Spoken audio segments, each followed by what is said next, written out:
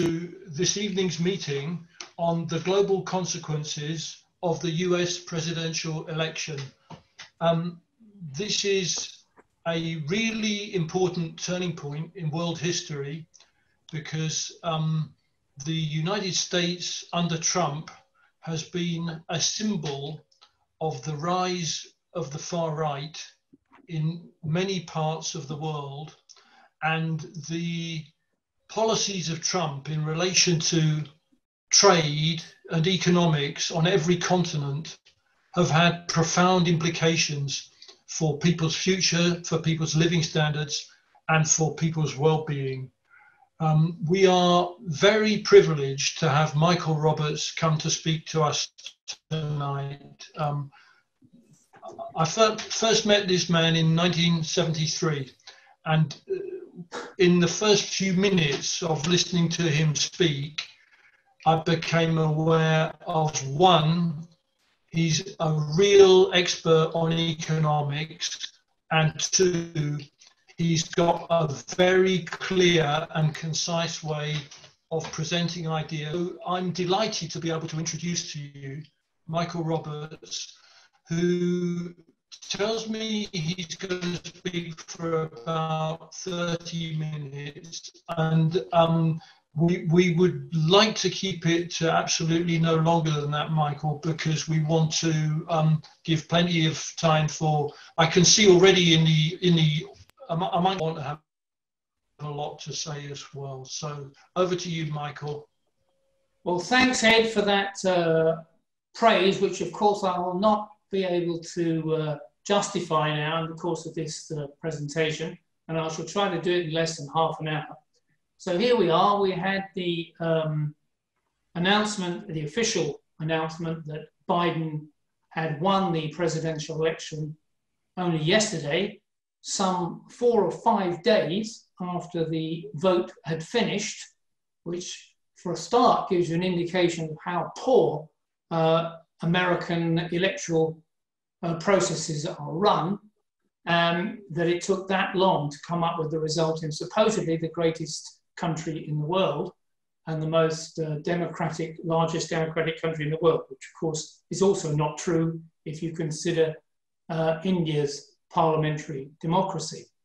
But we have a result, and I think what I want to do in this short presentation is to first of all discuss the ins and outs of the result, what that means. Secondly, what Joe Biden as the president, who will no doubt be in White House on the 20th of January, despite any efforts from Donald Trump to cling to his Oval Office seat, what he is going to do in the situation that the US economy is in at the moment and US imperialism in general is in at the moment, and then broaden that out to the international situation that the US imperialism finds itself in relation to what is going on in the rest of the world and how that might pan out over the next few years. Now, as usual is my wont, I'm going to share a few graphs with you. Hopefully the host will make sure that I am able to do that. So here, US presidential election results. So let's summarize what happened. We had a victory for Joe Biden with 75 million votes. Trump came in with 71 million votes. Trump said it was the biggest vote for a Republican candidate ever. He's absolutely right. And Biden said it was the biggest vote for a presidential winner ever. They're both right, because actually there was an increased number of people eligible to vote, and the turnout on that vote increased from 59% in 2016 to 63%. So approximately 150 million out of 240 million eligible to vote went and voted either postally or physically. And you can see with the graph on the right that that led to a jump up. The graph seems to have slipped out a bit, unfortunately, but on the right-hand side, you would see a rise to around about 60%, which you can see would take it up to the position we had in the 90s. We don't see a graph, Michael. Sorry? We don't see a graph. No, I know, it's gone off the edge. I don't know why. I must have redone that badly, but it does go up to around where it was in the 1960s. So we never saw it, Michael. We never saw a graph. You mean you're not sharing with me? No. No. Well, that's because you haven't allowed me to share. Well, maybe I haven't done it. Hold, let me start again. I'll share. Yeah, let me share. Okay, that's better, isn't it? Yeah, yes, that's coming up now, Michael. Yeah. Okay. Good. We've got it. Yep. Okay. Right. So, let's see if that gives us the figures we want to. Yes, not really. I'm afraid the right-hand graph is lost a bit, but it does come up to 60 in the 1960s. Now, why did Biden win? Well, if we break down the vote into various demographic groups, we find that the majority of young people voted for Biden, but only 18% of voters were young people under the age of 29. People between 30 and 49 also voted for a majority for Biden. So if you want to take it up to the younger section of the working population or the voting population, then Biden got the vote. But people older than that, on a majority, voted for Trump. Also, women who constituted 53% of the turnout for the vote voted for Biden with a majority. However, slightly less of that majority compared for those who voted for Clinton against Trump in 2016. And the most important factor is that the working class on the whole voted for Biden, particularly the poorest paid working class, those under the median income of $50,000 a year. There was a majority for Biden. Those who had slightly more than that, between $50,000 and $100,000 a year, so the better off sections of the workers and the white collar workers, professionals, it was pretty much 50-50. At the top end of the scale, one survey says that actually there was a vote for Biden for $100,000 a year more. But another survey says that's not true, that actually Trump got the richest sections of the income earners. And I'm sure it's the case that once we get up into the really high echelons of earnings, the $1 million people, they were all Trumpists to a man and woman. But the most important factor to learn from the exit polls when asked was that, contrary to the view that the majority of the working class are all rednecks in America and they voted for Trump, and Biden only got the vote from the educated people and the better off people, that's not the case. That in the cities, the big cities around the United States, where the ethnic minorities and the working class are concentrated, the poorer sections of the working class too, on the whole, they voted for Biden. Not all working people, not all white working people in particular, but nevertheless, a majority did vote for that. So I think we should scotch the argument, first of all, that it's being presented. By the way, I've had a lot of comments on my blog only today saying that I'm completely out of touch, that American workers are mainly racist, that there's a long tradition of racism, and that the majority of working people voted for Trump and see themselves as Trumpists, particularly male working class people of an older age. There's a certain truth in that. Older white workers did tend to support Trump in all parts of the country, particularly in the rural areas and in the small towns. But across the board, that's not the case. The majority of the working class, and of course, ethnic minorities on the whole are in the working class and down the bottom end of the scale, voted for a majority for Biden. And in particular, the cities voted solidly for Biden. But having a 4 million vote majority, which is what Biden got, about 1 million more than Hillary got as a majority back in 2016, does not lead to winning an election in the United States, because based on their particular constitution, the 50 states plus Washington, D.C. are separate entities, sovereign entities, with their own rules, their own regulations, their own taxes, and how they conduct elections as well. So, it's the majorities in each of those states which gets added into what is called the Electoral College, and it's the Electoral College which will decide on January the 6th who will be the president in 2021.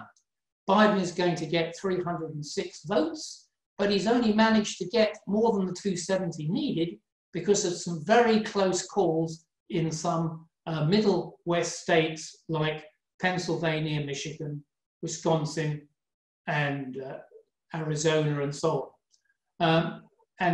But he did take those states, whereas previously Clinton did not take those states back in 2016. So there's been a swing to the Democrats in some key states, which has allowed them to win the Electoral College vote that will take place next month.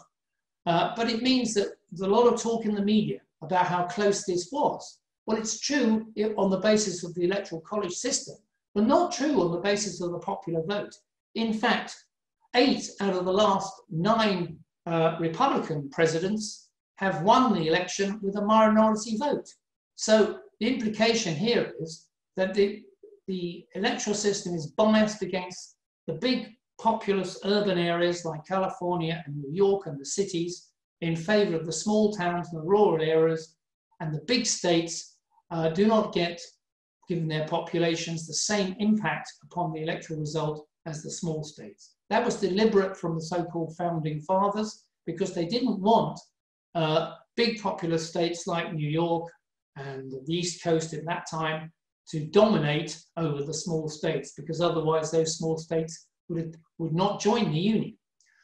So the Union, which is what it is, it's the United States of America. It's the United States, a group, a federation of states in a federal union. And that's how the election result has developed in that way.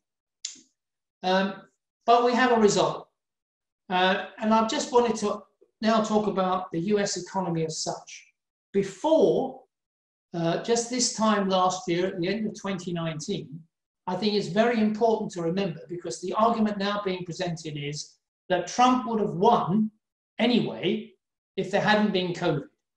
I'm hearing that now, and it's been coming up on my blog again, that the Democrats were really bad, Biden's useless, therefore Trump would have won. It was only because of COVID that the Democrats have won. Well, maybe that's possible, that's quite possible, but if we look at the state of the US economy at the end of 2019, it certainly wasn't favorable for Trump being re-elected. He was not delivering what he claimed he could do through tax cuts, through deregulation, through all the measures that he proposed in terms of helping big business to boost growth. If you can see on the left-hand graph here, that actually real GDP growth was declining gradually. And this is the best of the capitalist economies, the major capitalist economies. It was falling significantly. And over the period of the Trump administration, it had the worst growth rate of all. If you add 2020 in, of course, that's COVID affected, it's a disaster. On the right-hand side, you can see, even from the point of view of the capitalist economy and the capitalist sector in particular, the profitability of capitalism was in serious trouble as it went into 2020 before COVID. And if profitability is falling, then investment is in trouble. And then if there's a downturn in investment, which there was beginning to be, then employment would fall back. And all the situation was, if you look at that right-hand graph with where the profitability is, that there's very likelihood that you were going to get a slump as you got in 2008-9 coming into 2020 anyway. And if you look on the left-hand side of this screen, you can see the position now of the US GDP after the COVID pandemic and the lockdowns. That was the trajectory of growth, which is a very slow growth, the pre-COVID path, but you can see that it's dropped sharply in 2020 because of the pandemics and the lockdown, and it's now well below the path that it was before. There is some recovery, but it's clearly not a recovery that's going to get back to that pre-COVID path, as you can see with unemployment, or employment to be more exact, in the central graph, a huge drop in employment from 150 million American workers before COVID started in the pandemic, now then down to 130 million, that's 20 million jobs lost during the first half of the year with the pandemic.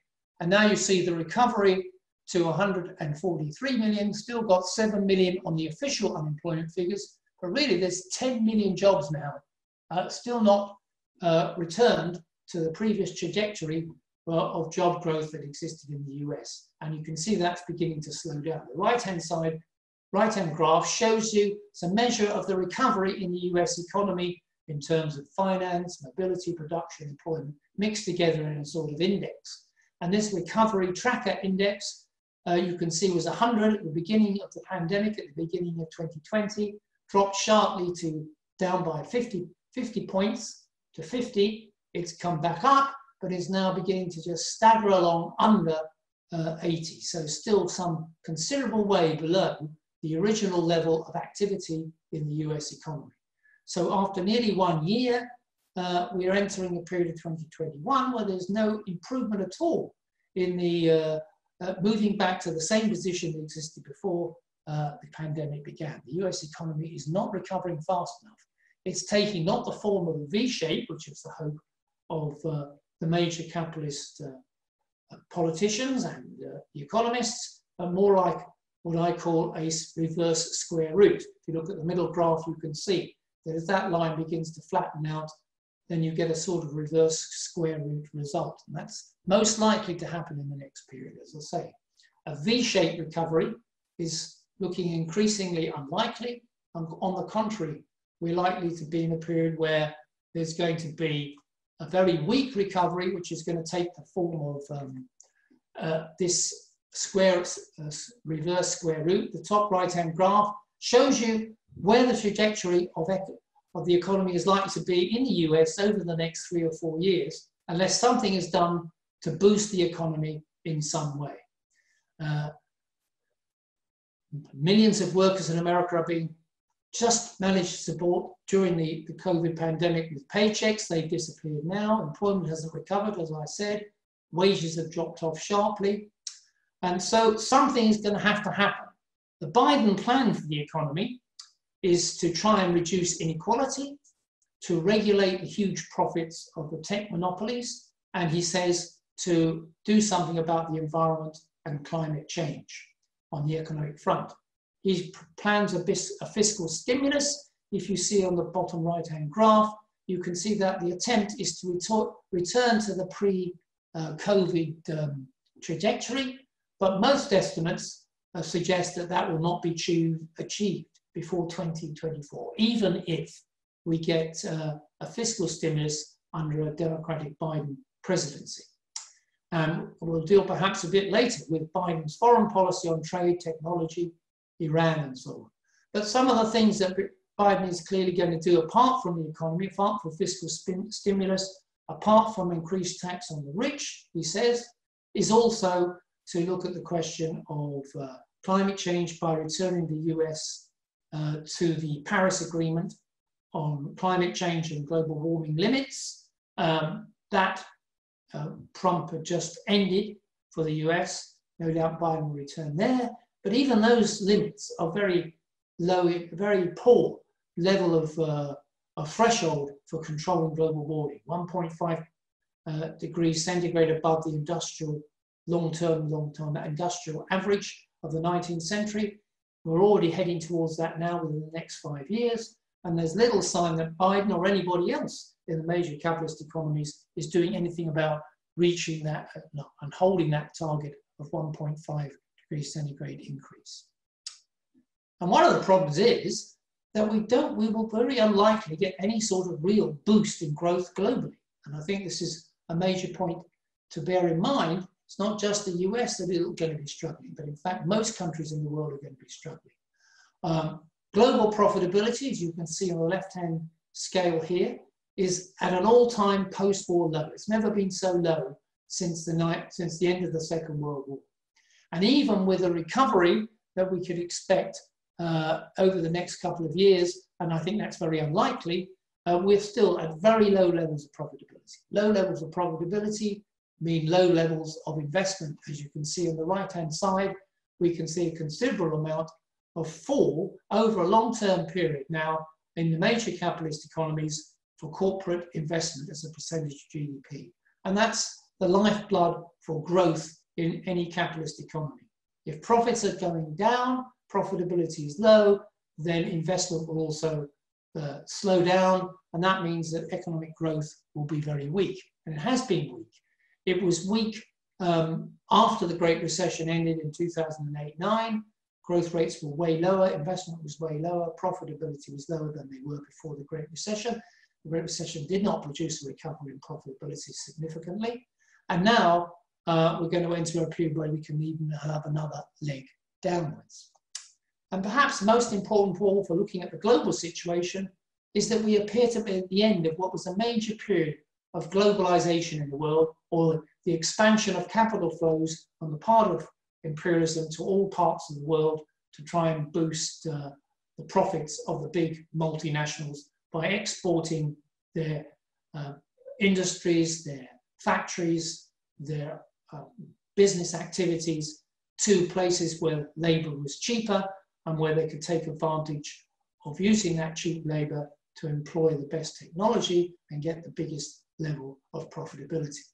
This is the point of globalization, or the expansion of manufacturing and investment abroad. So manufacturing is disappearing from the major capitalist economies, the so-called advanced capitalist economies, the imperialist economies of Europe, Japan, and the US. And you can see the dramatic fall in manufacturing output on the left-hand side, particularly in the period leading up to the COVID pandemic. And on the right-hand side, you can see that world trade, after dramatically increasing from the end of the Cold War when the Soviet Union collapsed, and going up further with China joining the World Trade Organization in the early 2000s, to a huge level of 60% of trade relative to GDP by the beginning of the Great Recession. But since then, and after the Great Recession, that has declined quite significantly. Trade to GDP has been slipping backwards since then. Increasing pressure then, that if everybody doesn't see an increase in cake, then there's increasing bitterness and rivalry between those who want to gain and maintain their share of a cake which is no longer growing as before. And that, as I think it was Marx once said, when things are growing well, all capitalists are brothers. When things are not growing so well, all capitalists are thieves and will take on each other as a result.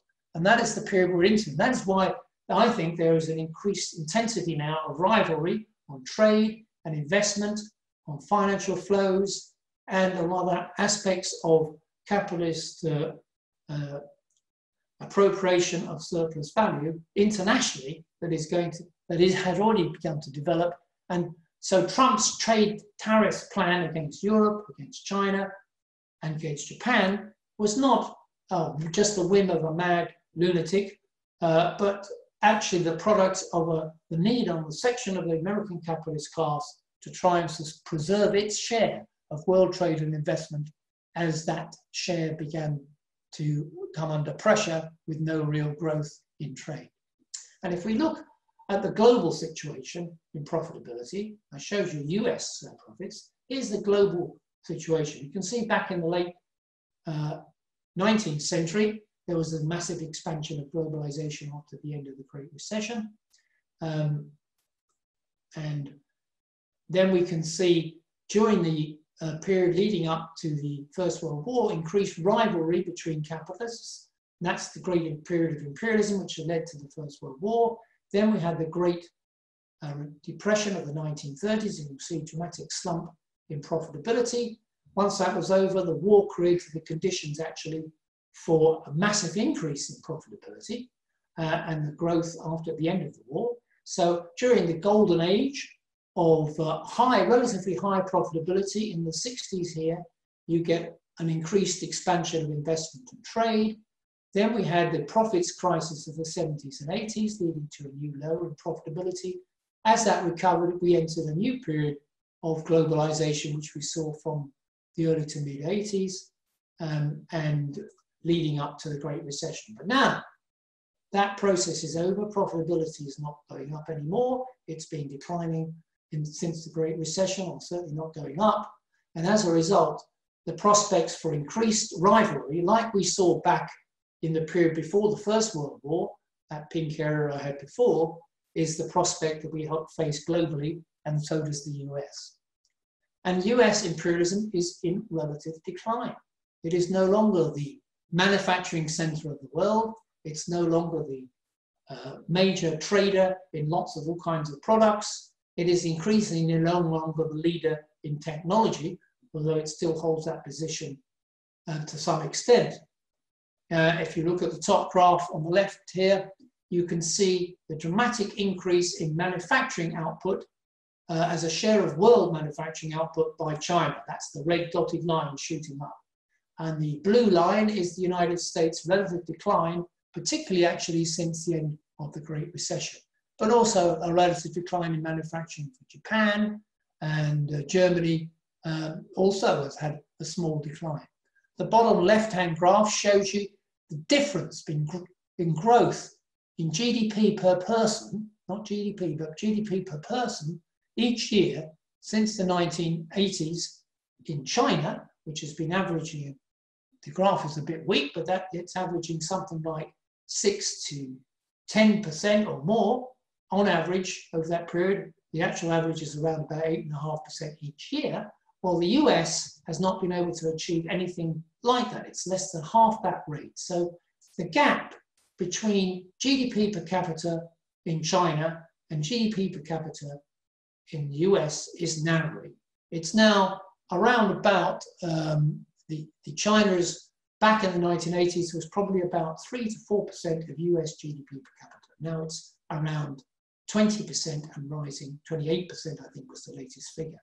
So there's been a dramatic relative change in the strength of the US economy, and in particular, the living standards of a massive country like China relative to the living standards in the United States. And that's no longer driven by cheap labor from China or by manufacturing and exporting all sorts of products at very low cost, but also increasingly by the expansion of high technology.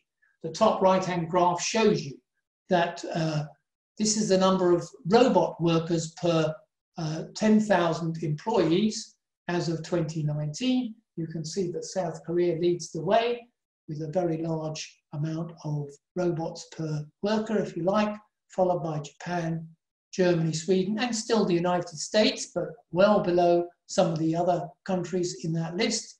And further down the bottom, you can see China is not so far behind. In fact, it is growing the fastest in the terms of increase in the robot workers per person of all those countries on that list. And I estimate that probably by the end of 2022, it will be ahead of the United States on that list. And we can see in the bottom right-hand corner the amount of research and development expenditure that's going on as a percentage of GDP. And you can see that China is the red line there. It's coming from absolutely nowhere back in the 1980s to surpass several countries and closing in on the two leading ones there, which are the United States and Japan. Japan's still the leader in R&D as a share of GDP, followed by the US, but China is fast catching up.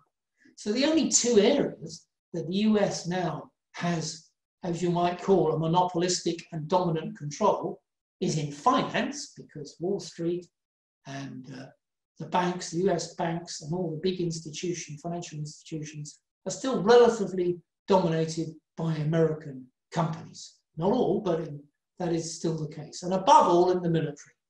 The military spending in the US is more than all the rest of the world's countries put together.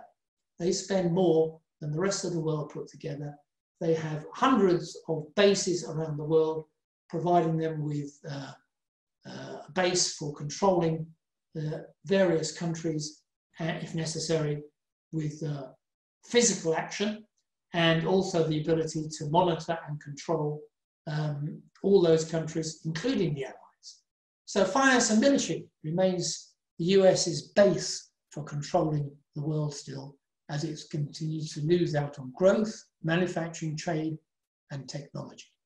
Here is a graph which shows how China has dramatically become the 21st century rival now for the US. The top left-hand corner shows the amount of how much the US manufacturing sector depends on Chinese imports for its manufacturing. Dramatically increased. China is the place where it has to get imports for its manufacturing, whether it's widgets, whether it's raw materials and other things. On the right-hand side, we can also see that applies when it comes to Chinese manufacturing reliance is different. If you look at the bottom right-hand graph, you can see that China relies on imports from the US to some extent. It did rely on Japanese imports, they've come down sharply, or German imports. But generally, increasingly, it's the case that China does not rely on the US, Germany, or Japan for its manufacturing inputs so that it can produce outputs and exports. That's not the case for the other countries under capitalism. So increasingly, China is getting to the position where it doesn't have to rely on foreign investment.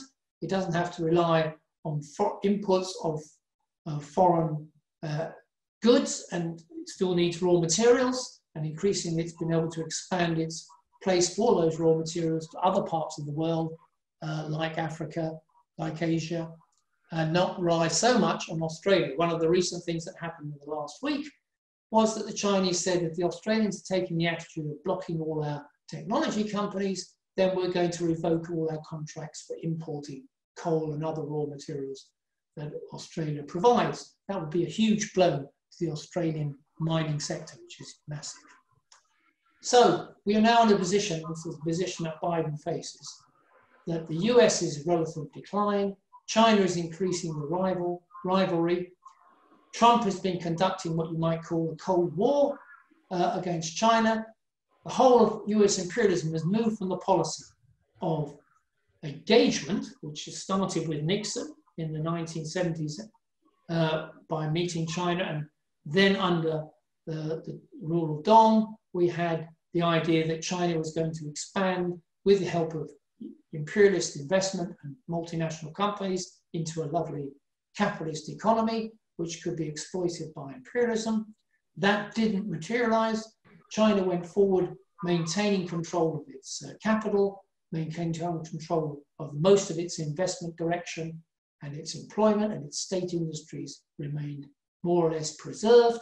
And as a result, it has now taken 800 million people out of poverty over the last 40 years and has dramatically raised the living standards relative to other countries, and is now what we could call a middle-income country. Now, Xi is planning, under the latest planning program, to drive China forward so it becomes a moderately high-income economy by 2035, based on a 5% a year growth rate, which seems entirely realistic given its historic past, despite falling working population and so on.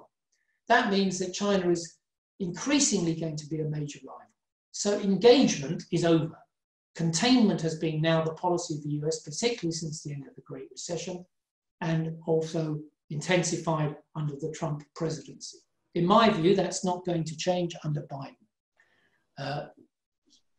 Trump introduced lots of trade tariffs and regulations. That was reciprocated by the Chinese on US goods. I suspect that maybe Biden might reduce some of those. That's what he says over the next year or two, but not dramatically so. But on technology, I can't see any difference in the change of the programs or the policy actions that Trump took on Huawei, on other technology companies that are operating outside in the US globally, Chinese companies. They will attempt to curb them. They're trying to block the ability of Chinese companies to get chips and other high-tech inputs so that their technology can expand.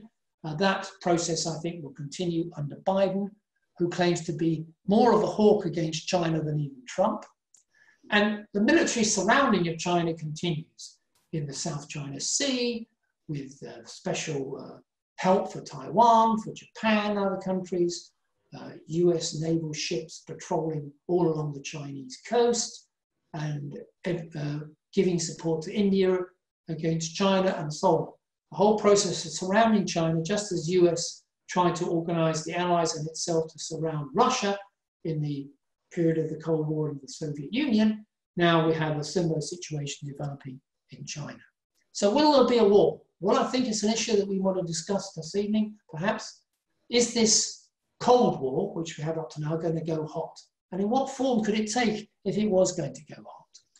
Well, there could be Hong Kong. I don't see Hong Kong as a hotspot for a war. It's quite impossible, it seems to me, for US imperialism to make an issue out of that and to intervene, and it won't intervene. Hong Kong is part of mainland China, if you like.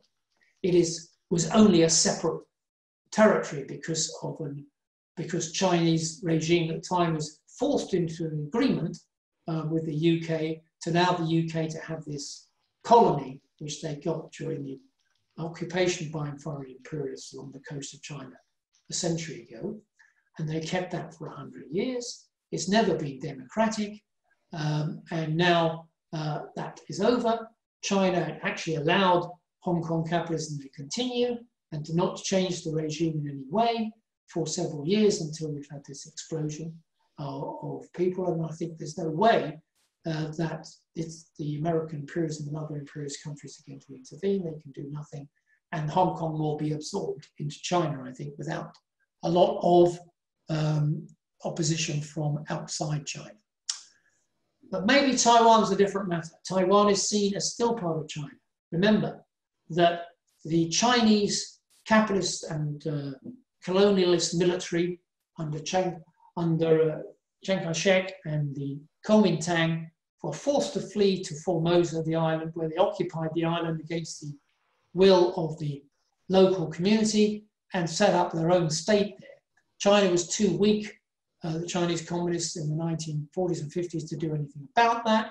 And eventually the Americans supported Taiwan and built it up as an opposition state to China. But China has never recognized Taiwan as being a separate state and never will. So it remains a possible hotspot over the next period if the US is to use Taiwan as a red rag in front of the Chinese bull to cause a dispute and possibly military action. We shall see.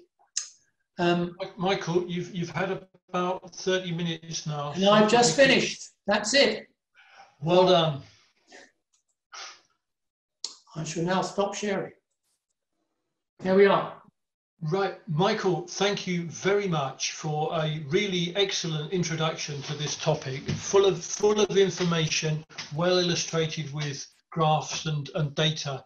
And it's now possible for any comrade who would like to come into the discussion and make some points or ask some questions. There are a lot of really important questions that have been raised. So it's over to you. Please, if you want to speak, please can you, I mean, you can just wave your hand, but you've got a better chance of being seen if you raise your hand electronically, which you do by clicking on participants at the bottom of your screen. Yes, and I see Peter has got his hand up. Peter, it's over to you. Peter Sinclair.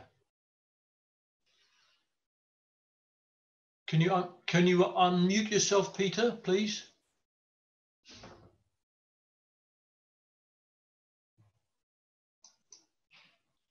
There you go. Thanks, Ed. First question I'd like to ask Michael: has the USA introduced a furlough scheme similarly to what we have here? Now, I don't know if my memory is playing me tricks, but I seem to recall reading something from a pamphlet or a book from Trotsky about 1933, not 1933, my age, but when he wrote it.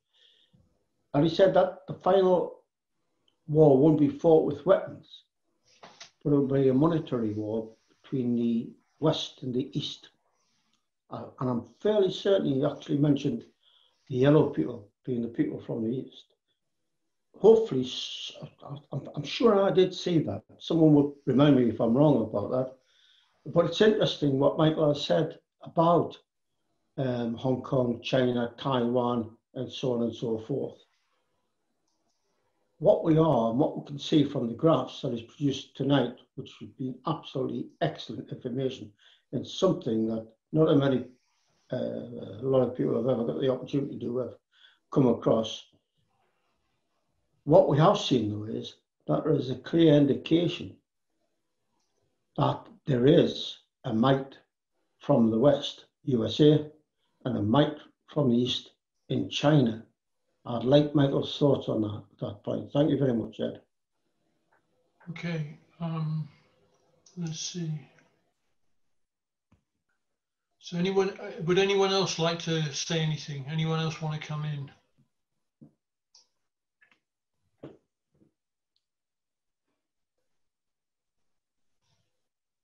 Oh, Leslie, here we go. Leslie, can you unmute yourself, please, Leslie?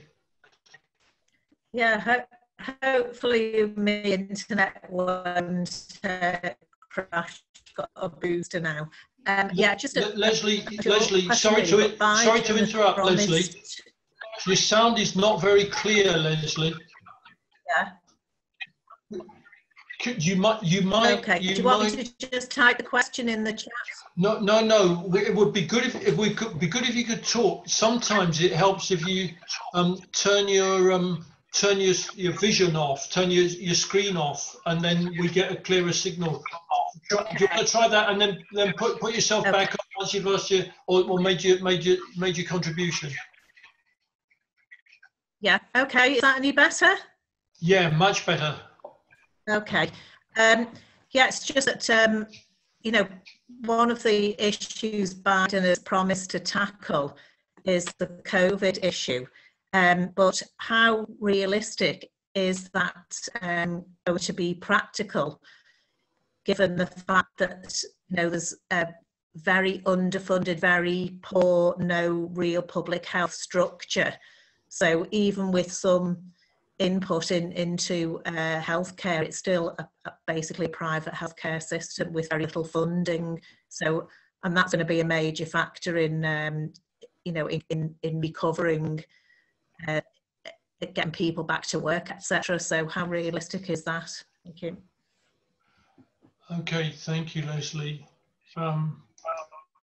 Let's just have a look. Finn, your turn, Finn. Can you unmute yourself, Finn? Okay.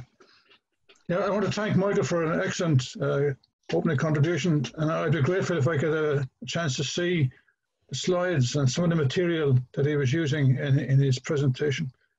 I just want to make one point, and it's in reference to the issue of the Cold War that's looming or possible between America and China, and the possibility of war. So the point I want to make is that what was called the Cold War post-1945, America was extremely strong globally as a world imperial power, to the extent that it wasn't just a diplomatic spat between Russia and the US, but issues such as trade. It was a worldwide determination by US imperialism to destroy any leftward movement anywhere in the globe in the years following World War II. They intervened militarily in a range of countries: Nicaragua, El Salvador, the Philippines. They intervened in Indonesia, where 1 million people died in a purge which was stimulated by Kissinger. They intervened in Brazil. So any place where they saw a leftward government, and Chile, of course, where they saw a leftward government developing, the CIA and American imperialism intervened directly to destroy the movement, to create a series of coups and takeovers across the globe. It wasn't just in South America or Central America. It happened in Iran, Iraq, some African countries. Now, that can't happen again. That's the difference. So this time American imperialism will not be able to do that. In fact, if American imperialism tried to intervene in that way now to prevent leftward developments any place in the globe, the reaction would be so big that America would lose. They lost in Vietnam. People forget about other places where they didn't lose. They won in Indonesia. They wiped out leftward movement because they suspected that Sukarno was sympathetic to China. And 1 million people died in that. And similarly in Brazil, where they were afraid. And in Chile, as we know, the CIA intervened directly and created a situation where Pinochet could kill thousands of active trajunists and leftward moving people in mass killings and imprisonments and torture. So when we talk about the Cold War in the past, it wasn't just two countries having a spat about different things. It was US imperialism determined to destroy any leftward movement at its birth. And to some extent, they succeeded over a period of time. But that's different now. They wouldn't happen now. So a dispute between a dispute between the US and China today would not be at all comparable to the dispute between the US and Russia and what we now describe, or we described then, as the Cold War. It's just the one point I wanted to make. But I want to thank Mike again for the excellent contribution, and I'd be happy to have a look at the slides that he used in his presentation. Okay, thank you, Finn. Is there any other comrade who would like to make a contribution, ask a short question? David Hempson. Over to you, David. Can you unmute yourself, please? Okay. Thanks so much, Michael. This is a tremendous updating for us all on issues which, have been smoldering and then exploding at different times. And it's sometimes hard to differentiate between the war of words and an actual tariff war and an actual cutting back in trade between the US and China and so forth. And some of, many of the facts you brought out, are really important. Can I bring out maybe two big issues? First of all, that China is increasingly, it seems, in an aggressive mode. In other words, it's very far from being a passive recipient of tariff restrictions and the like, and it's very far from being politically immobile. And it is actually moving towards increased aggression in the region. So, in the Southeast Asia region and internationally. And that actually poses a problem both for United States imperialism, but also for many other countries who are involved in the region and also, could I say, in Africa. I mean, if you look at the recent developments in relation to India, it doesn't seem there was any rationale for the attack on Indian troops up in the Himalayas. There didn't seem any particular reason for that in terms of, as India has been quite, weakened in the past period and is in some of the steepest economic decline that it's had in the post-war period. And China's definitely pushing ahead to take advantage and to suppress Indian possibilities of growth again, after the recession. And other countries actually are also quite keen not to be brought into the embrace of China. I'm mentioning this because it seems that there's a greater mobility politically by, the Chinese bureaucracy. He has made himself virtually a president for the next 30 years or so, and maybe more indefinitely. There's a repression of any dissent within the bureaucracy and an intensification of repression on the ground. And I mention these factors because I think there's some relationship between the internal policy and the external, because if we do look at what's happening externally, it seems to be mainly a kind of blundering attacks, from the Trump side on Chinese technology and advances in some sectors, but largely, but not yet a full tariff war against China. And it seems that that's because many products, many intermediary products, and even final products with a US stamp made in, or US stamp of ownership, actually are made in China. For instance, I think that the iPhone that I've got, which is a few years ago old, is actually completely made in China. In other words, Apple is completely dependent, on production in China. And I know that they've tried to look around to see if they could expand in Mexico or elsewhere, and it's actually a complete, no-hoper. I mean, Chinese manufacturing is now expert at working such products, as cell phones. And so, in other words, there's a political confrontation that between a dominant and a rising power, and there are all kinds of excesses that could be happening on both sides. But it does seem as though both are trying to hold back from a full-scale, confrontation, even though there could be a lurching into a full-scale war, as you've mentioned, particularly in relation to Taiwan. But as we've seen in relation to Hong Kong, there's been a fearsome repression of any dissent whatsoever in the last couple of months.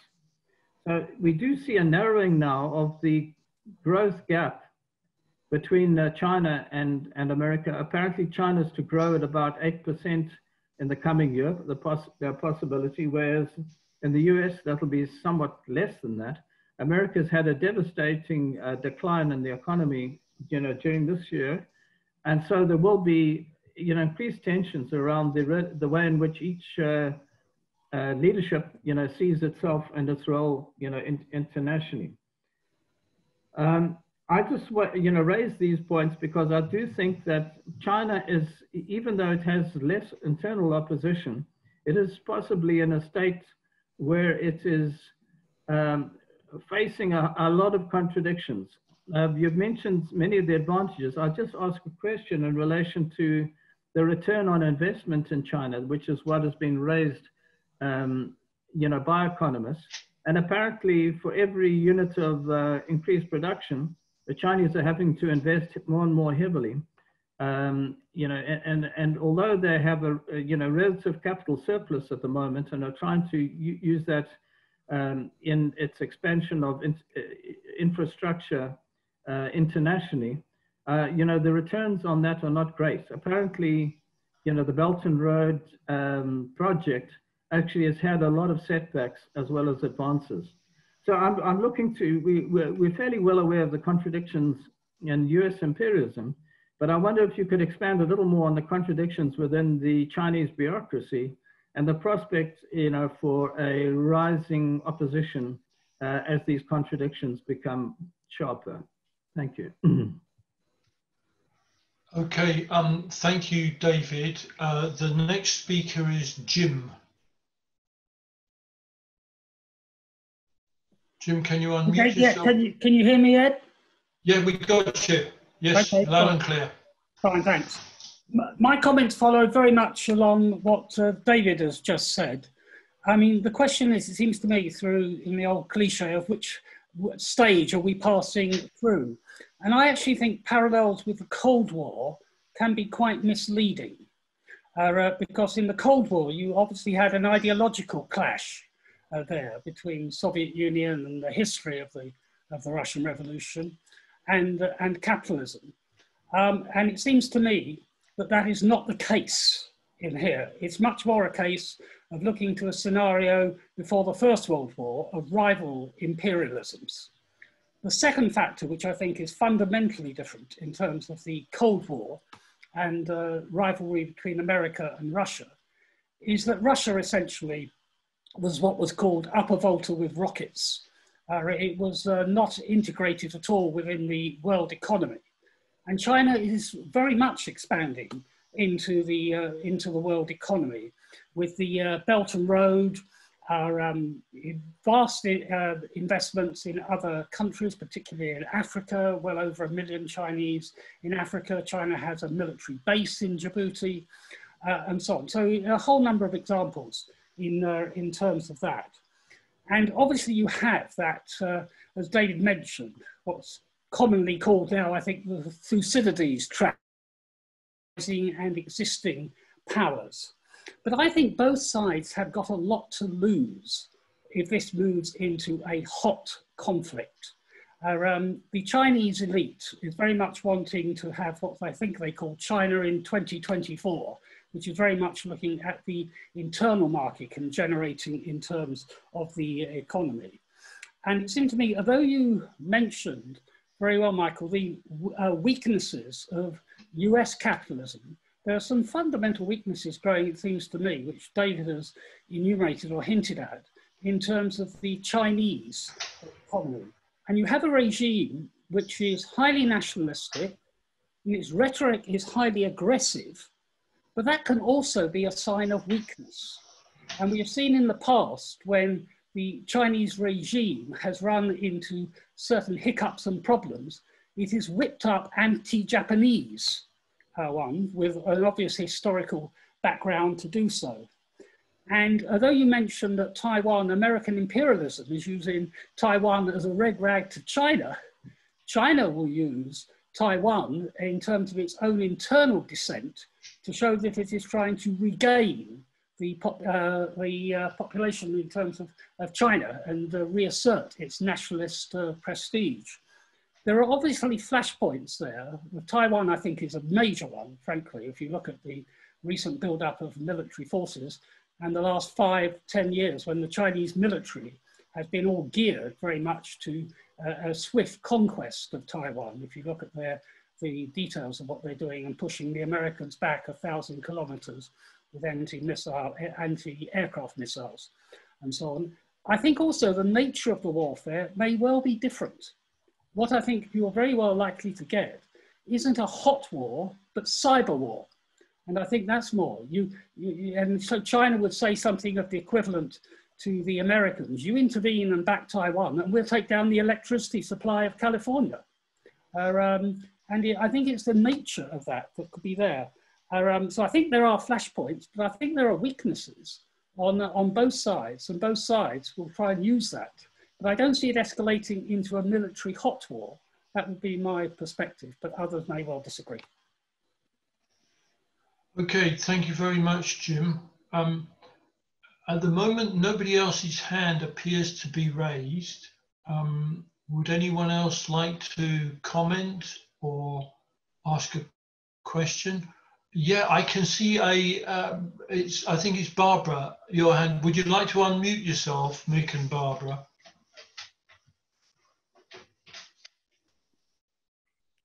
Hi, yes, that's it. Yeah, we've got you now, Barbara. Nice and clear. Okay, yes. I think the point raised by the last speaker about China being integrated into the world economy in the way that the Soviet Union never was is very important, actually, because if we look at the situation in the UK, I mean, the Chinese government actually owns quite a few industry services in this country. Railways, some of the railways, for instance. Also, for instance, higher education, UK universities are pretty well dependent on Chinese students. And, you know, campuses have set up, UK universities have set up campuses in China as well as Chinese students coming to the UK. A very key part of university finance. And apparently the same is true of US universities, except that over the last few years, Donald Trump's anti-Chinese rhetoric has actually frightened off a lot of Chinese students from going to the US. As a result, some of them have come over to the UK as well. So I think over about the last 20 years, China has integrated itself into the world economy. And, you know, the world capitalist powers have actually turned a bit of a blind eye to this. They said, oh, well, you know, China will go down the capitalist road and it will, as a result, move towards, you know, a democracy as in the West. Now, this hasn't happened. I mean, if you look at the, certainly the Chinese regime is very far from being democratic. It's a one-party state. And also, if we look at the state of the economy, a lot of the, you know, the key sectors of the economy are actually state-owned. They're not run by private companies at all. And yet, you know, because there was this assumption that China would go down this route, China has actually been able to embed itself into the world economy. And I think that would be a problem, actually, for all the rhetoric about some sort of war between China and Western imperialist countries. Okay, thank you, Barbara. Would anyone else like to make a contribution to the meeting? Yes, I can see a hand going up on Trinity's pad. Would you like to unmute yourself?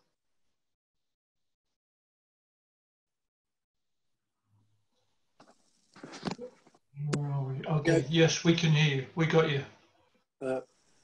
It's Dominic Byrne, and I think it's just really a few sort of random thoughts, but the situation as far as a war in the between America and China seems to me more similar to the situation before the Second World War, with America's embargo on Japan, particularly I think over oil and that sort of situation. And I think that is something to, you know, see how that developed. But what's in my mind is, you've just had Biden elected. I would think the expectations of the working class in America now, and they'll be pressing for it, is a better share of the wealth of the society. An increase, is talking about, I think, an increase to $15 an hour from something like $8 or $10 an hour in the minimum wage. And the other things about the sort of war situation, it's all right talking about America having a massive army and you know, military complex, but are the American capitalists going to be happy in a situation where profits are reducing, where their share of the wealth is sort of on, even on a level, is reducing sort of greatly? And are they going to be happy with a more expenditure on armaments, you know, to fund a war? Funding the army as it stands is a whole different ball game to funding an army in action. You know, the amount of millions and billions of pounds that would be spent in days using the sort of modern weapons and modern missiles and all that sort of thing. So I think it's you know, it's all questions in my mind at the minute. I'll leave it at that. Okay, thank you, Dominic. Would anyone else like to say anything? I wouldn't necessarily see your hand if you're just raising it on the screen, but if you raise it electronically, I definitely will see it, which you can do by going to participants. Oh, okay, John Ryman, please come in, John, and unmute yourself. So I have a question for Michael or anybody else, and that is, what do you see the perspectives for the role of the dollar internationally, and the rise of China? I've seen some moves by China to partially assert its currency as an international currency.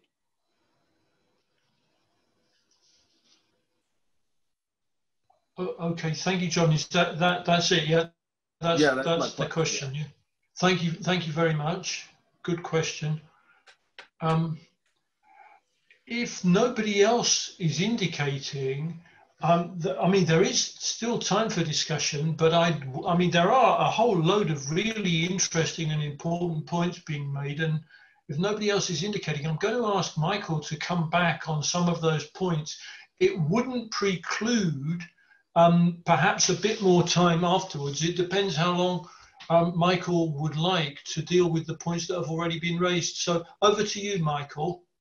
Yeah, well, there are a load of questions there, Ed, of a various range and extent. Not going to be easy to answer. I don't like answering in order. I try to give some coherent reply, but probably end up doing them in order because it's so many. But to take Leslie's first question, which is at least about the US, well, let's go back and start with the US again, is that in the current environment, is there anything that can be done in the United States about the COVID pandemic that Biden can do if he takes over the administration from 2021? But I think it's very unlikely there's much they can do about controlling or introducing lockdowns, or trace and testing efficiently, and so on, and quarantining in order to control the virus any more than is being done now, because each of it, John will probably tell me, is done by each state. And every state has got a different way of doing this, of whether they're going to have lockdowns, how severe they're having those lockdowns, how well they're doing the test and trace and so on. So the federal government is limited in that way. I suspect that there are two things which will control, first of all, which will control the pandemic as we go into 2021, which is still at a height in the US. It's not as high as it is in parts of Europe, but it's really not gone down throughout the whole of 2020 very much, unlike in other countries where in Europe where we had a downturn and then a second wave. In the US, has just continued to trundle along and even rise in the winter period. The first thing would be, it seems to me, that people are making decisions. Whether states have lockdowns, people are not going out. If you look at the level of activity on the part of Americans in various states, it's way, way below what it was before the COVID pandemic started. People are not traveling, people are not going to restaurants, people are not going to events. Many of those events are, of course, are not allowing or fans or audiences anyway, but even where they are, the people aren't going. So there's a voluntary decision. In fact, the IMF found that the biggest effect on controlling COVID was not so much official lockdowns, but people making a decision not to social distance and not go out. And if we look at the poll on exit voters in the election, the most important issue was COVID. 41% of voters says that was the most important issue. And the majority of those who thought it was the most important issue voted for Biden. 28% said it was getting the economy back up and jobs in place. And they mostly voted for Trump. So you can see a clear distinction between those people who think that health must be put before jobs and those who think that jobs must be put before health. Of course, the reality is that if you can control COVID and bring it to an end, then you'll be in a position to restore the economy, which is what China, South Korea, Taiwan, New Zealand, and so on, and other countries where they have been able to crush the virus pandemic have been able to do. I think in the case of the US, that only a vaccine is going to turn this around, and we still have no sign of that as we go into 2021 that can be effectively used. But during 2021, the vaccine is going to be the so-called silver bullet, which is going to bring the pandemic to an end in the US. Other measures up to now have just been incompetently and ineffectively applied, as they have in the UK and other countries. Finbar raised the question of we used to have US imperialists imposing the regimes they wanted back in the 70s and 80s. And he cited all the usual ones. They didn't always win, of course, in the case of Vietnam, but in South America, America's backyard, they imposed the coup in Chile in 1973, and of course throughout Central America, Nicaragua, and El Salvador, and other places where they operated to change the regimes. That is no longer possible. Well, we just have to remember, of course, that we saw last year a coup by the Bolivian ruling class that overthrew a democratic government and ousted the president. However, as Finn probably would say, and quite correctly, is that they were still forced to have an election 1 year later, having delayed it as long as possible, and the forces of the People's Party and the masses won a massive victory. And now, within the next day or so, there'll be a new president in Bolivia and a new Congress, which is to the left, supported by 63% of the electorate. So he's right in a way. It's much more difficult now for US imperialism to make regime change, as they did, you could say, in Iraq, to disaster, or attempted to do in Syria, and so on. And they failed in Libya too. All these places were, all that's ended up is a total mess with hundreds of thousands of people dying and so on. And they haven't even been able to establish regime change in Venezuela, despite the fact the economy is on its knees and people have had to flee the country to try and get a living and so on. And what's going to happen under Biden is that the attempt to cause regime change in Iran, or to crush Iran's national ambitions, is going to be reversed, because Biden is going to re-establish the nuclear treaty with the Europeans, because it's in the interest of the Europeans to get oil, and they need more fossil fuel exports, and Iran is one source of that, with a deal that then will end the fossil fuel ban on Iranian exports, and they can have a new supply, and in return for which Iran will agree to stop its nuclear expansion. So I think we're going to see that process take place. So we'll see changes, certain changes on the attitude of Biden to trying to avoid outright measures which drive people into further aggressive activities. And David Hempson raises a whole series of points which are almost impossible to answer, of just who is aggressive. I wouldn't describe the Chinese regime so much as aggressive. David says that they are aggressive in India, they are aggressive in the China Sea. I'm not so sure about that. I feel that they're reacting to the attempt to surround them. But what they are, this new regime, is very confident. They see the failure of European and capitalist governments in the US and Japan, or at least in the US and Europe, to control the COVID pandemic, for those economies to head into a deep slump. And yet the Chinese economy is able to come out of that very quickly. They feel much more confident that they're in a position to control their own destiny. And they're, in that sense, you could call them aggressive or nationalist, and that they are prepared to, that they feel confident that they can continue to expand their technology companies despite the curbs that are being placed on them. I think that confidence may be overreaching themselves, because it's not going to be easy to expand high technology if there really are the curbs and blocks and blockades which imperialism could impose on the transfer of technology. And Dave's right, of course, that the Belt and Road Initiative to expand Chinese influence around the world through trade and investment, ploughing money into various global South economies, is not going as well as it might be expected. But it is a very ambitious project to provide huge amounts of loans and grants to governments to build infrastructure projects by Chinese companies in order, and then in return get the influence that they require over resources and so on.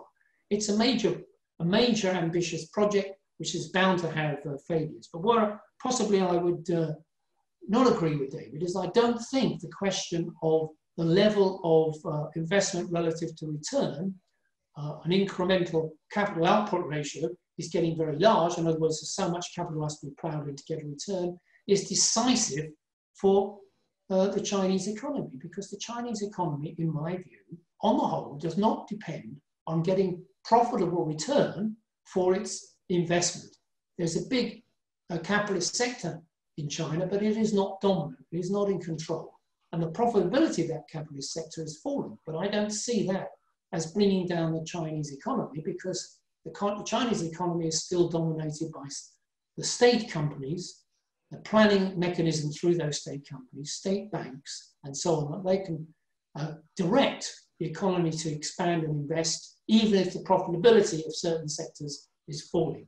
And if Chinese capitalists step out of line, we can see what happens to them. Only this week, Jack Ma, one of the biggest capitalists in China, wanted to launch a new bank, in effect, if that's what it was, a bank that would be without the regulation of the Chinese state regulators, and he was about to issue shares to pile in the money so they could then compete with Chinese state banks and basically expand his operation out of technology into banking, like we saw in the States during the deregulating period of the 90s and 2000s, and the Chinese state regulator came down like a big hammer on top of Ma, who was brought in for interrogation, and the whole thing was being knocked off its state for issuance and possibly forever as a result.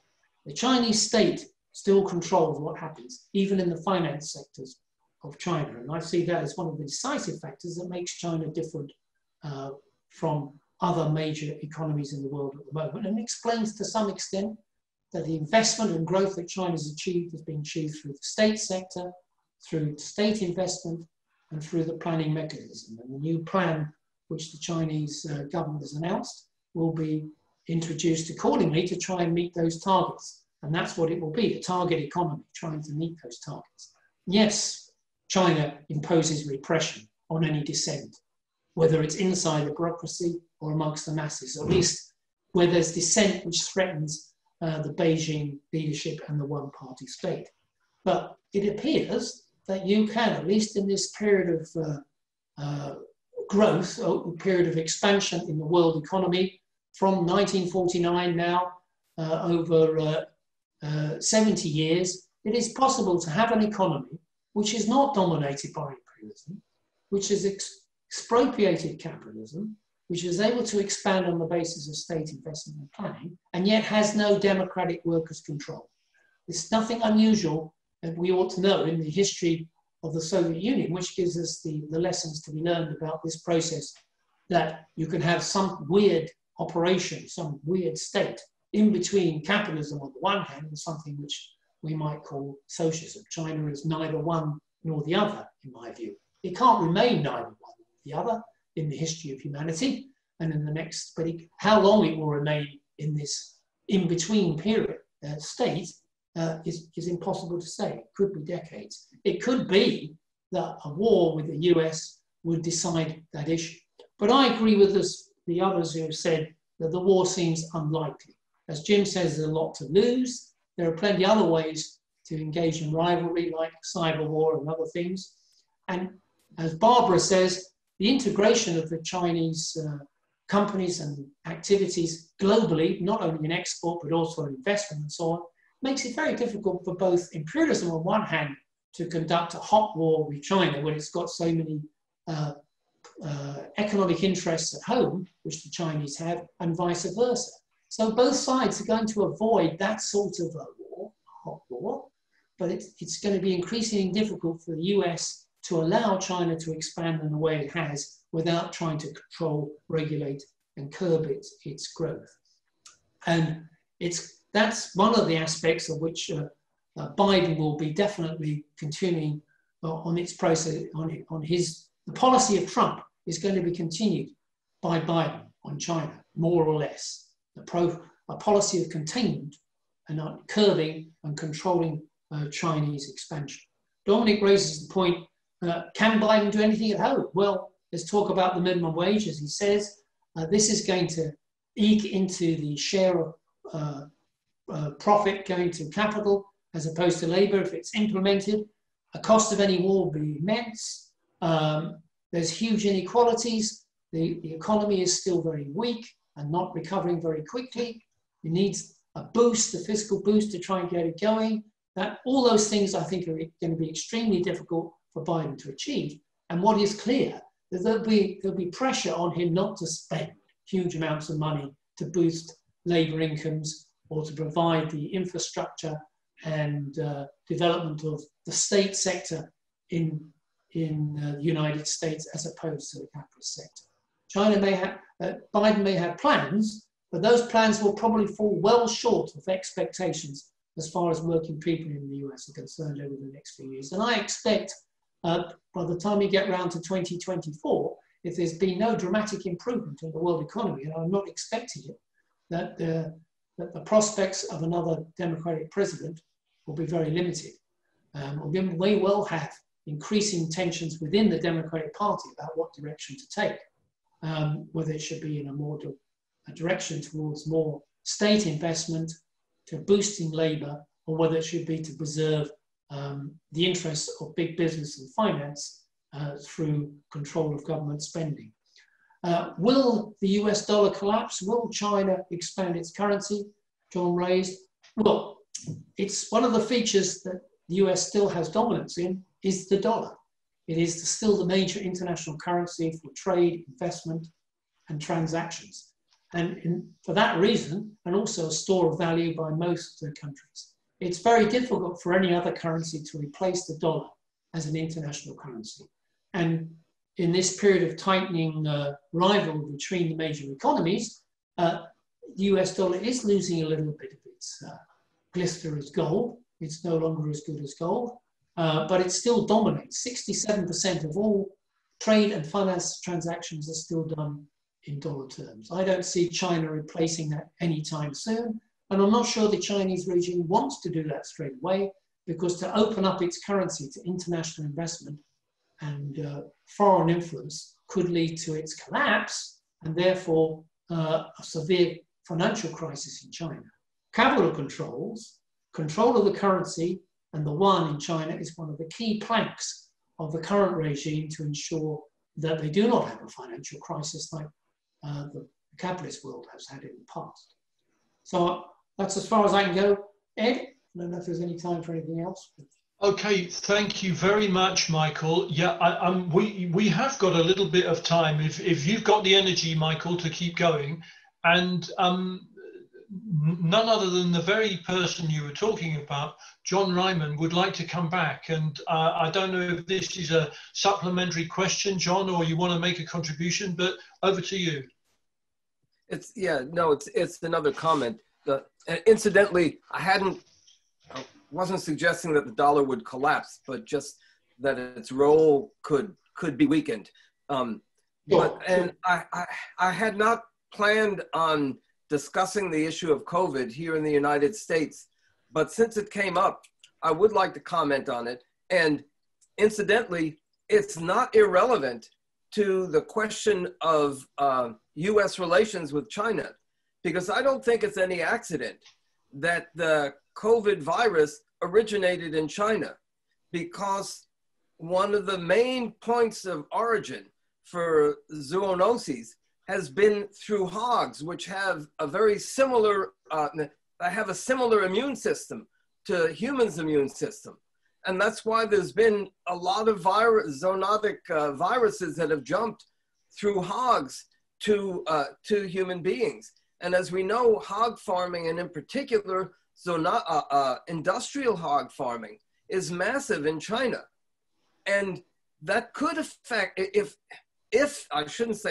when there is another zoonotic pandemic, it's very possible that that one too could originate in China. And of course, that would affect the anti-Chinese mood here in the United States. I'd just like to make one comment about the perspectives for COVID here in the United States. And first of all, we all tend to see vaccines similar to something, or a vaccine to do with COVID-19, something similar to being like the vaccine for polio, that it can wipe out the disease.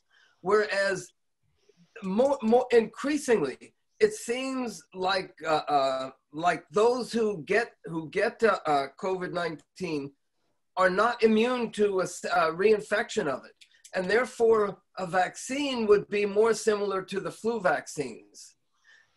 Secondly, and in relation to that Trump, when he leaves office, will be leaving a poison chalice, in that the most effective means of limiting COVID-19 is social distancing and wearing masks.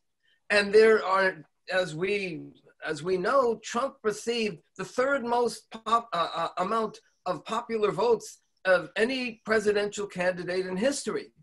And those tens of millions of Trump voters, are the great majority of them, are absolutely convinced of the futility of wearing masks and social distancing. They've proven that. And so therefore, I don't see how, and Trump, Biden will not be able to enforce by mandate, be able to enforce wearing masks and social distancing. He can try to do it by a moral appeal, but those tens of millions of Trump supporters are very unlikely to listen to that. So that has a big bearing on the perspectives for COVID-19 and therefore of the US economy also. Finally, anytime that we discuss it, we should never forget the environmental bases for this pandemic as well as the others: industrial farming and destruction of wild habitat.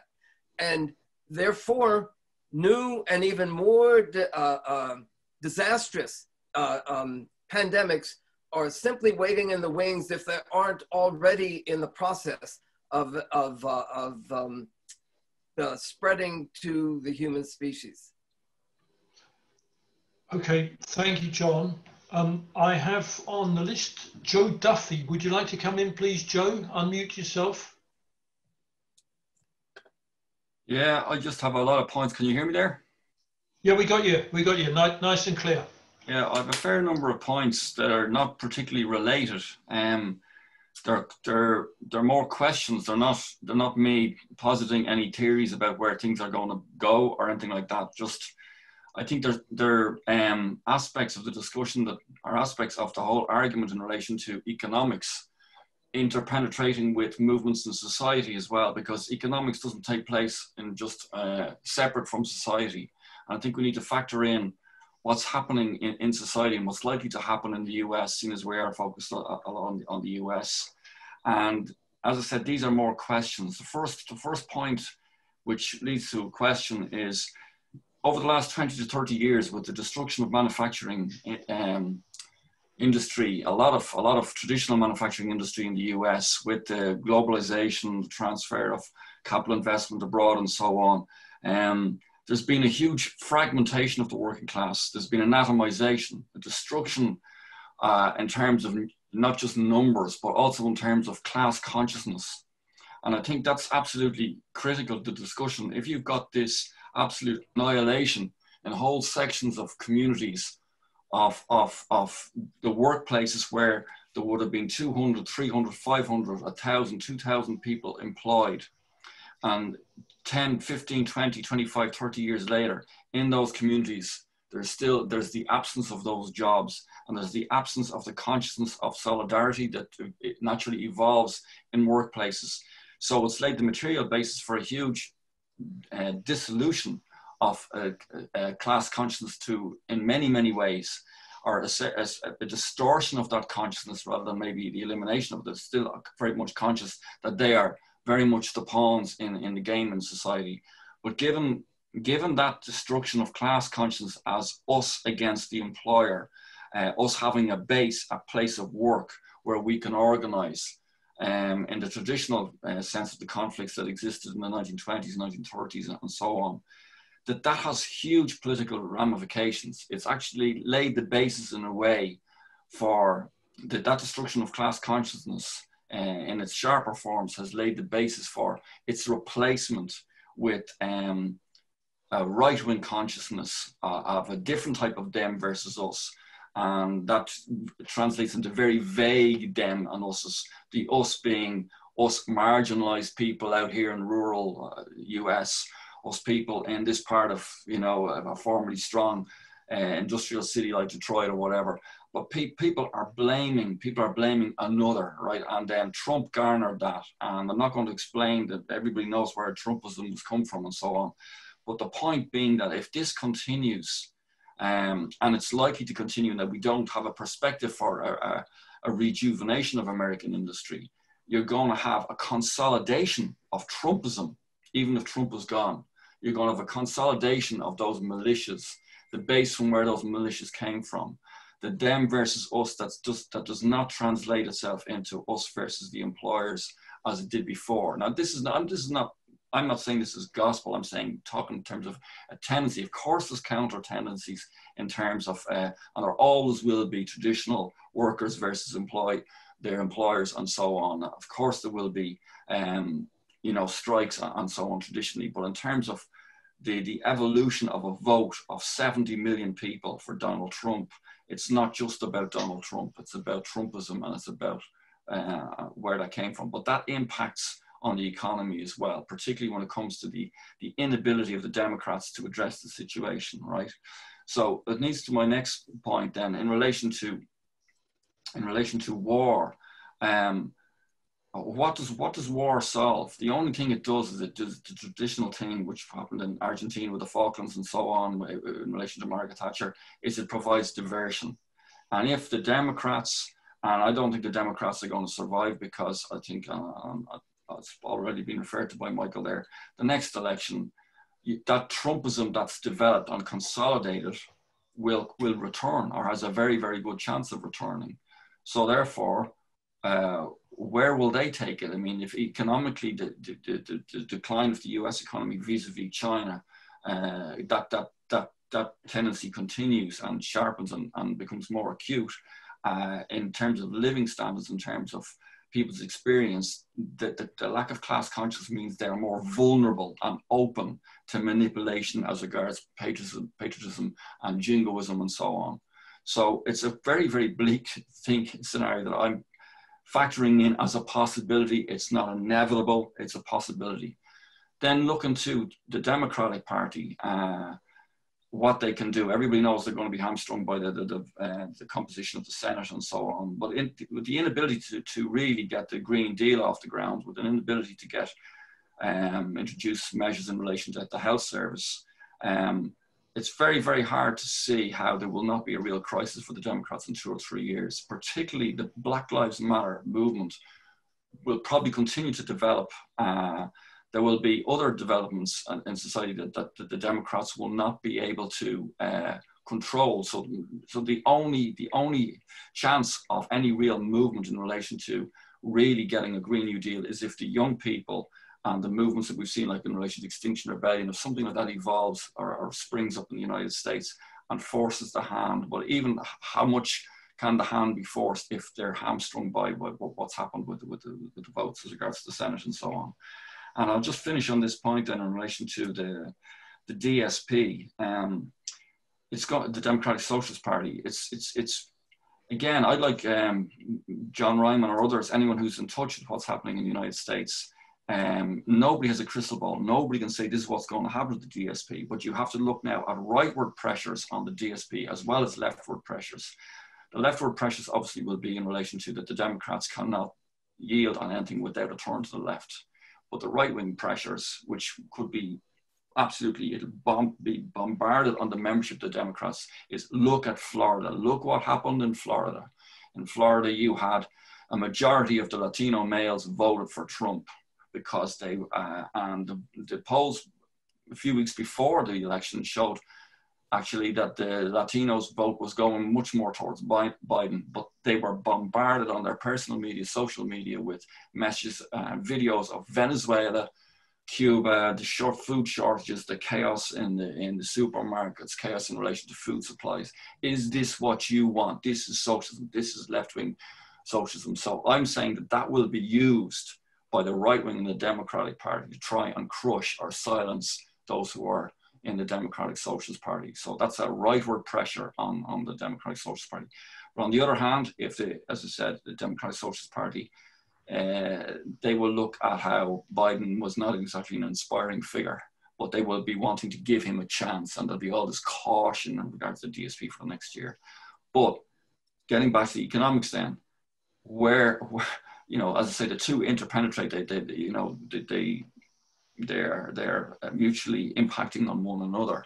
So I think that, you know, overall, in terms of where things are going, we've a lot to be worried about. And the only bright star I see on the horizon is internationally young people fighting back and developing a sense of maybe the fact that the world belongs, the future will belong to them only if they take control, and the Black Lives Matter movement, that developing as well. So I'll just leave on that. Okay. Okay, thanks very much, Joe. I'm going to call in, I think Dave Buxton would like to say something, so I'm going to call Dave next. Yes. Dave, can you? Yeah, thanks. Okay.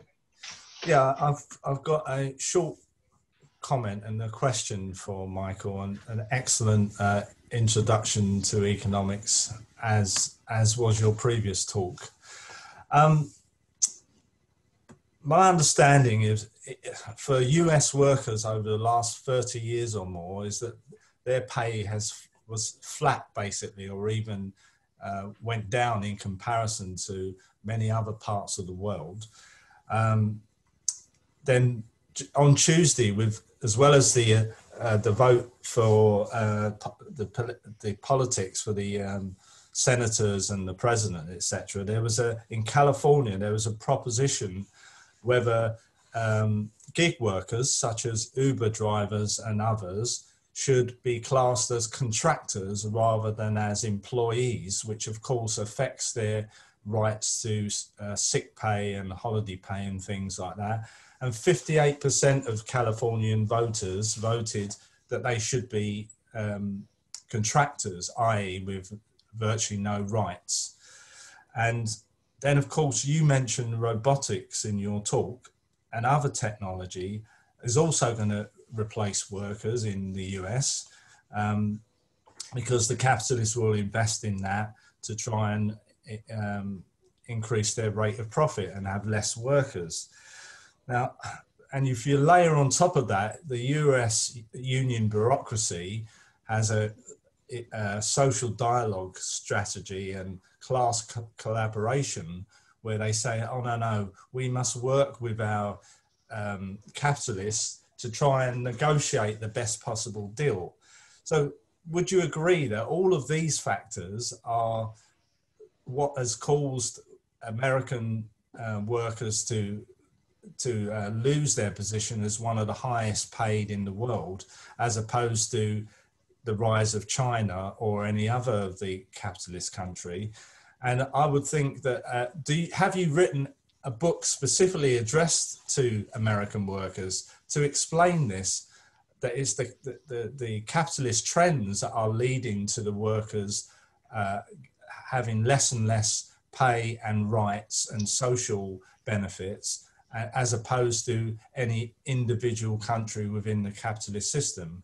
Because because the way you explain economics, I think, is really excellent for people who don't understand it. But it seems to me these other factors are far more important as to why the American workers find themselves in that position.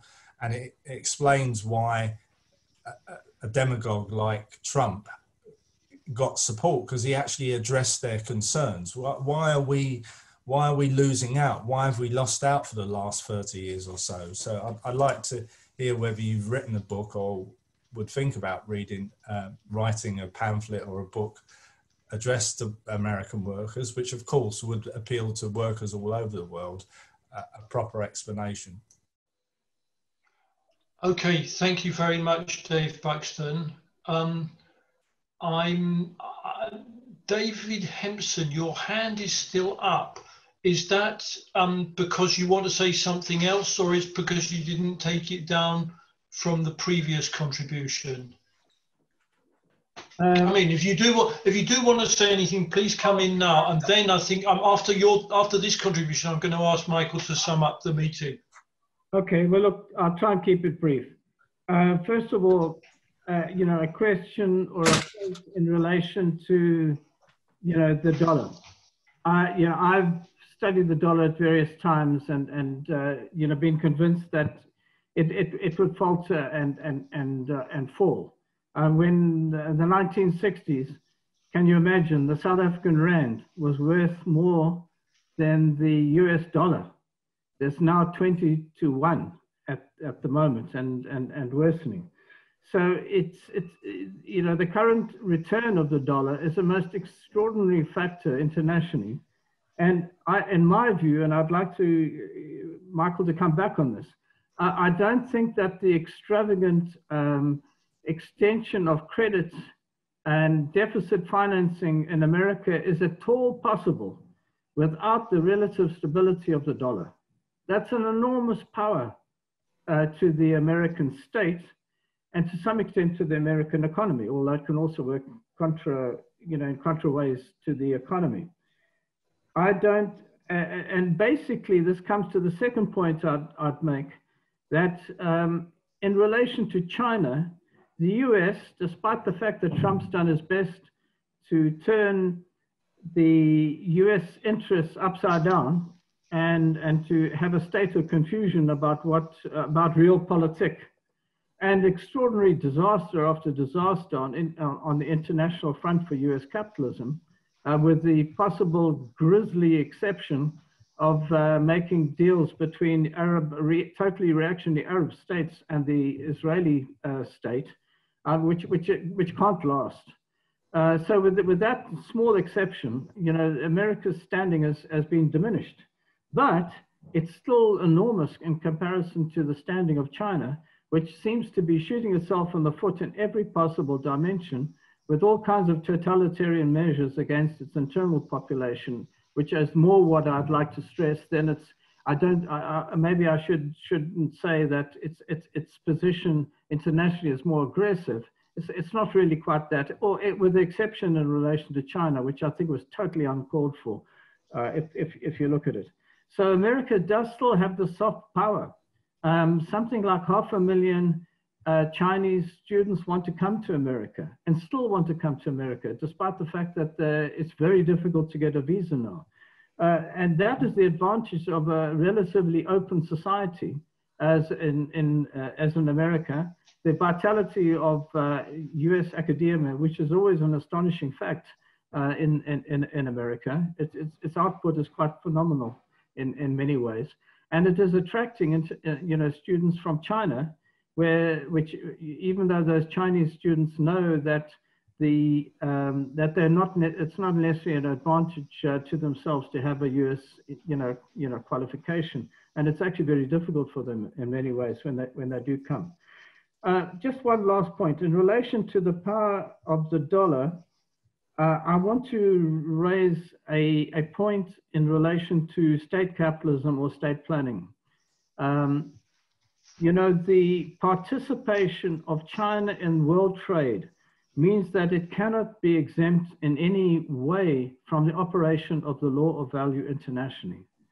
In other words, if it is to participate and to be able to participate profitably in the sense of, let's use the word productively, or there was some reward to its economy, it actually has to price its products according to international competition and to some extent be ruled by the international operation of the law of value and the profit system. Now, in other words, I imagine that there are many dimensions between zero in terms of the capitalist sector and 100. And maybe we're seeing a turn. I would argue that we're seeing a turn towards a sector, a capitalist sector in China, which is largely foreign companies. I mean, it's not really a Chinese sector, but it's a capitalist sector within China, which is not only an enclave development. In other words, it's not just in the in the ports alone, but it's that sector which I imagine, and this is the question I'd make to Michael. I'd imagine it's about 80% of Chinese exports, go through such capitalist, openly capitalist companies, such as Mars Company and the very productive and profitable TikTok and other other companies.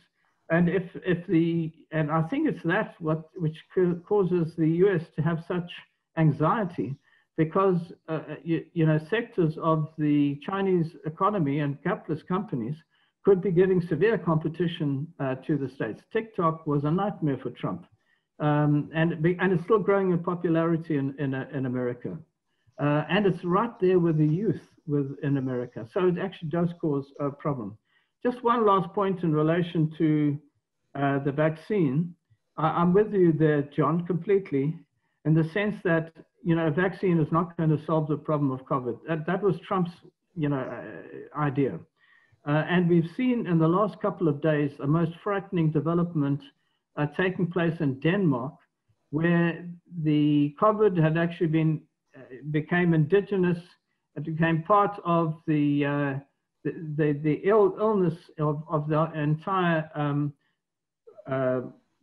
the entire population of what was mink, it? mink, Yes, mink. I was thinking of musk, mink.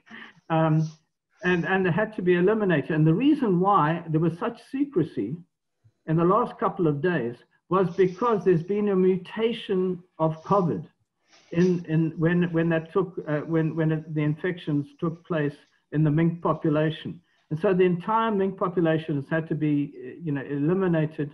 And because there's a threat that if this form of mutation of COVID spread to the population and 24 people were found to be infected, this would mean that the entire work on the vaccination could be complete waste of time, and they'd have to start all over again. So it may not be a new infection, it may not be a new virus, but it may actually be a mutation, which would be devastating. That's a very hard fact, I think, capitalism has to deal with internationally. Thank you. Okay, thank you very much, David. Well, it really has been a very stimulating discussion, and loads and loads of fantastic points that could give rise to reasons for a whole load of new meetings around some of these issues. But I'm going to ask Michael to do his best now to pull this all together and try and bring this meeting to a conclusion. Over to you, Michael. Well, it's going to be impossible to do that because, as you say, some of these questions require a whole session on their own. Joe's point about the atomization of the industrial working base and industries, manufacturing industries in the US and in other capitalist economies is a question, of course, that has been discussed over the last 40 years as manufacturing has, employment anyway, has disappeared in the advanced capitalist countries, and manufacturing employment has gone to places like China, to East Asia, to Eastern Europe, to Latin America. That's where the working class, in the traditional sense of industry-based working class in big units of production, has gone. The global working class, the industrial working class, has never been larger in numbers. It's something like 3 billion workers are in industrial setting and working in industries. But in terms of the advanced capitalist countries, including the United States, the number of workers in such industries is not moved at all in the last 25, 30 years. So the whole expansion of the industrial working class has been outside of the imperial economies, the major capitalist economies, including the US. So in that sense, there has been a weakness of the ability to organize and coordinate and an atomization, if you like, of the working class in the advanced capitalist countries, not just in the US, but particularly in the US. The collapse of union representation in the US has been mirrored in the UK in particular, where it used to be 30, 40%, 50%. Now it's down around 10, 15% or even less in some countries. Only in countries in Scandinavia do we still see a high level of union organization. So all that atomization has meant, as David has pointed out, a collapse in the share of that labor gets out of the production in the world. Wages for non-supervisory workers, that's not outside of management, in the US have real wages, that's after inflation is taken into account, has been more or less flat for over 40 years. It hasn't increased.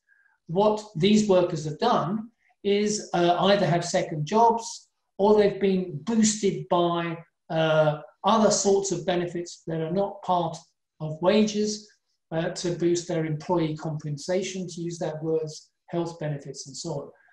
What trade unions there are in the US spend most of their time arguing about health benefits rather than about boosting wages. So I think Joe is right that we've seen a weakening of the old forms of industrial working class, which will enable us to build strong trade unions and provide a counterweight to capital in countries like the US.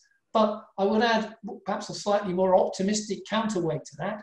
That is that there's a whole range of new industries in technology, in various communications industries, in transport. All those areas are mostly still non-unionized, but are potential for unionization. because they do bring together large numbers of people. Amazon workers don't work in small units. They work in great, huge plants, warehousing plants, to make distribution, to online delivery. These big industries now, and the tech industries behind them as well, with skilled workers involved, all these industries are potentials for the building of working class organizations which provide a counterweight to capital over the next period. Of course, there's no guarantee that's going to happen. And quite clearly, we cannot expect the Democratic Party to provide any support in the direction of organization of the working class against capital. On the contrary, the Democratic Party is a party of capitalism. It's financed and run by capitalists and by people who support capitalism. Even the left wing, so-called left wing of the Democratic Party leadership, like Elizabeth Warren, for example, claims that her objective is to make capitalism work better, and that the aim of any Biden administration is to make capitalism work better because Trump's making a mess of it as far as capitalism is concerned. So that is their objective. And if that comes into conflict with the needs of working people in their organizations or outside of their organizations, then we know which side they will go. And that means correctly, as I think a number of people have mentioned, that it's most likely by the time we get to 2024, unless there's a dramatic improvement in world capitalism and US capitalist prosperity that enables them to make hand to meet the $15 an hour wage demand that may arise over the next year or two, and to boost, provide a decent health service, to meet the collapse that's taking place in public services in state after state in America. Unless that happens, then we're going to see an impossible development. We're going to see a complete falling of expectations, if there are any, amongst American workers on the Democratic administration, and therefore a polarization. I think that Joe is right. We should see a polarization between a Trumpist wing of the Republican Party, still dominant perhaps, or at least a sizable force. Therefore, the Republicans are unlikely, or maybe they will, but if they do turn into a more big business oriented party representing Wall Street rather than the racists and other elements which the Trumpists represent, which is the social base now of the Republican Party vote. If that's the situation, then we could see tensions and polarization in the Republican Party. Similarly, in the Democratic Party, between those who wish to move to support the working class as opposed to preserving the capitalist system, which can produce splits in both that party. So in 4 years' time, we could see a significant polarization with splits on both sides, with the Trumpist wing on the one hand, trying to come back to power to bring about more reaction, and maybe a working class wing that's beginning to develop. Let's hope so. Let's hope the latter does make an appearance as this process takes place. But if it doesn't, then we are in for a really bad situation over the next few years, with an American economy that's weak, unable to grow, where it can't meet working class demands, and we have a continual move towards a so-called populism or Trumpist type reaction. I suspect that John Ryman knows more about this than me, and he will undoubtedly, as he says, I think in the chat line, that he'll be presenting the perspectives on this. So it'll be very useful, I think, for us all to see what John has to say about how things will develop over the next 3 or 4 years within the Republican and Democrat parties, and also whether that will lead to a polarization in the situation. I see he says that he doesn't think the process of split will take quite the same form in both parties. So that'll be interesting to see how he sees that develop. David raises the wider question that if America is going to be weak economically, what's going to happen to the dollar? Some people raise that it could get weaker. I think what we're saying is it could get a bit weaker, but as he's pointed out, it still remains a dominant force in terms of debt and loans and so on, and therefore countries like South Africa and elsewhere are heavily dependent on external debt, and they're in difficulty when the dollar remains the dominant currency from which everybody has to borrow and use it.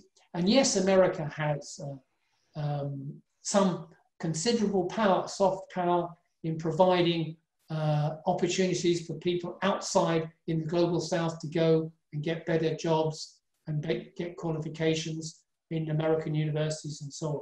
I would say, as far as I can see, Chinese students do that not because they believe in American democracy and they think it's a great place to be, or freedom of speech. I think it's more the fact that they want a very good job that they can go back to in China if they have to, or stay in America, go back to China and work in some big Chinese capitalist firm where they can make lots of money. That seems to be the object of many Chinese students, as it is, I think, for many students everywhere these days, that the aim of getting a university degree or college qualification is to get a better job. When I was their age, it was because that helped me to understand the world better and I wasn't too worried about a job. But that was the golden age of capitalism. Now we're in the declining age of capitalism and imperialism, a serious crisis for capitalism across the board.